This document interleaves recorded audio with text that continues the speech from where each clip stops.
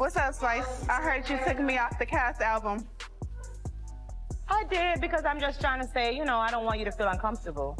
This is a problem. I would have said to you, how can I tell Amy what to say? I don't write Amy's songs. That's not what I was accusing you of, Spice. I felt like you were being a little messy, which if you were, you can just be like, yeah, bitch, I was trying to make this lit. I don't need to make anything lit. The purpose is me trying to let everybody do music instead of beefing. You're gonna beef without the music anyway. And I first came to you, Spice, with a song. It was not a diss song. Yeah, but I said to you, Bambi, when you came to me with your song was very mediocre. And I said to you, I feel like I need to tell you that Amy is disrespecting you. You did not. You I said I need to tell you. You did not say your song is mediocre, whatever that means. You didn't say that to me. Okay, so what do you want me to say? Bambi, this song is. I think you should do another song. Nobody in Atlanta saw this coming. Not the fans, not the cast, and certainly not Bambi herself. For weeks, there had been whispers that something was brewing between Bambi and Spice, but nobody could have predicted just how fast things would go from shade to all-out chaos. It all started with Spice's new album. This was supposed to be her moment. The dancehall queen had been teasing the project for months, promising a mix of high-energy anthems, raw storytelling, and collaborations that would break the internet. And for a while, Bambi was part of that vision. She had been in the studio with Spice, tossing out ideas, vibing on tracks, and even recording a feature that fans were already buzzing about. So you know what? We're here. That's why I took you.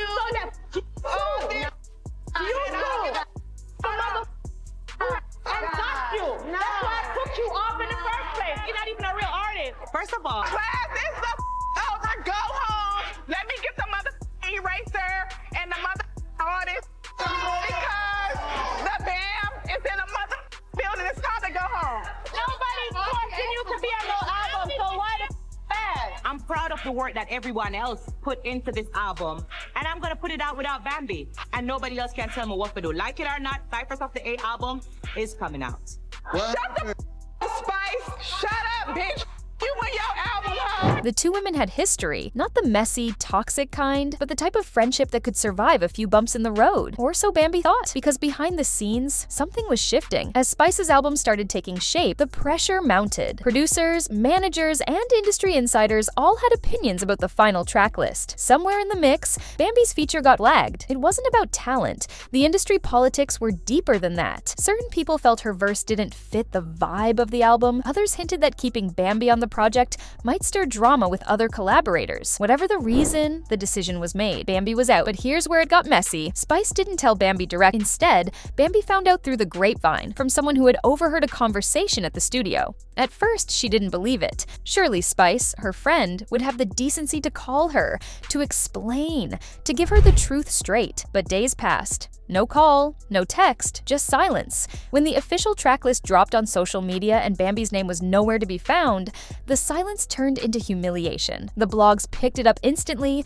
posting side-by-side screenshots of Bambi in the studio with Spice just months ago versus the now empty tracklist. Comment sections lit up with speculation, and it didn't take long for people to start tagging Bambi directly, asking what went wrong. By the time the cast gathered for a night out, a supposed celebration of Spice's album, Bambi was already a storm waiting to happen. She wasn't just hurt, she felt betrayed. And betrayal from a friend? That's a wound that cuts deep. The night started deceptively calm. Spice was in full promo mode, glowing under the lights, smiling for pictures, holding court like the queen she is. Bambi arrived later, her energy tight and cold. She didn't bother with the fake hugs or polite small talk. She found her seat, but her eyes never left Spice. Every laugh, every toast, every word about loyalty and support just made the fire in her chest burn hotter. Finally, the moment came. Spice, mid-toast, started thanking everyone who had been there from day one for the album's creation. She named names, producers, stylists, fellow artists.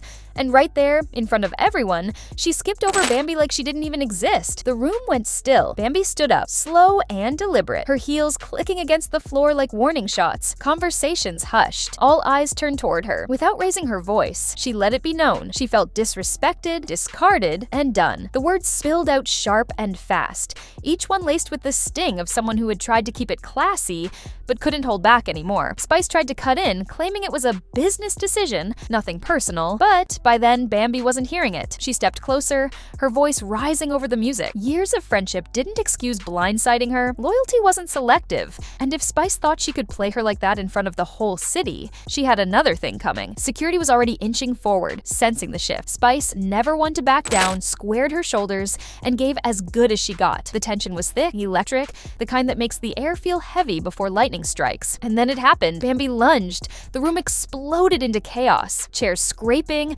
glasses tipping, shouts filling the air. She got to Spice before security could close the gap, grabbing hold and sending the celebration into full-on pandemonium. Spice fought back, both women locked in a tangle of hair, nails, and pure adrenaline. Guests scrambled out of the way as the fight spilled toward the edge of the VIP section, the music still pounding in the background like a soundtrack to the madness. It took multiple security guards to pull them apart, each one straining to keep them from breaking free. Even separated, the yelling didn't stop. Bambi's voice cracked with rage, calling out Spice for disrespect and betrayal. Spice shot back with her own fire, accusing Bambi of making everything about herself and dragging down her big moment. Phones were out everywhere. Clips were already hitting Instagram before the dust even settled. By the time security escorted Bambi out, the blogs had captions ready. Bambi vs Spice. Album release turns violent. Screenshots of their old friendly selfies were being reposted alongside shaky fight footage, with fans dissecting every frame. For the rest of the night, Spice kept the party going, or at least tried to, but the energy had shifted. No matter how much she smiled for the cameras,